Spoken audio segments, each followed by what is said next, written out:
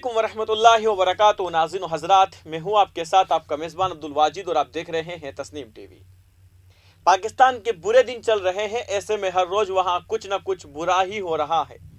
पीर को पाकिस्तान के खैबर पख्तूनख्वा सूबा की राजधानी पेशावर के पुलिस लाइन इलाके में एक मस्जिद के भीतर बम धमाका हो गया।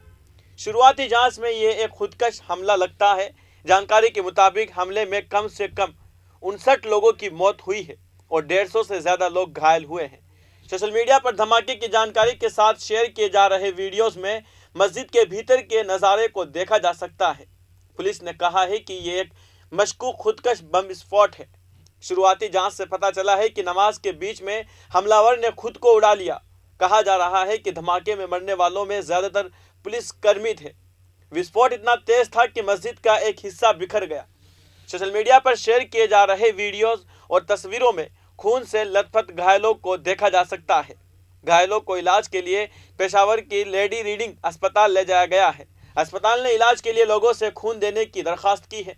कई लोग इस हमले के पीछे आतंकवादी तंजीम टीटीपी को जिम्मेदार बता रहे हैं।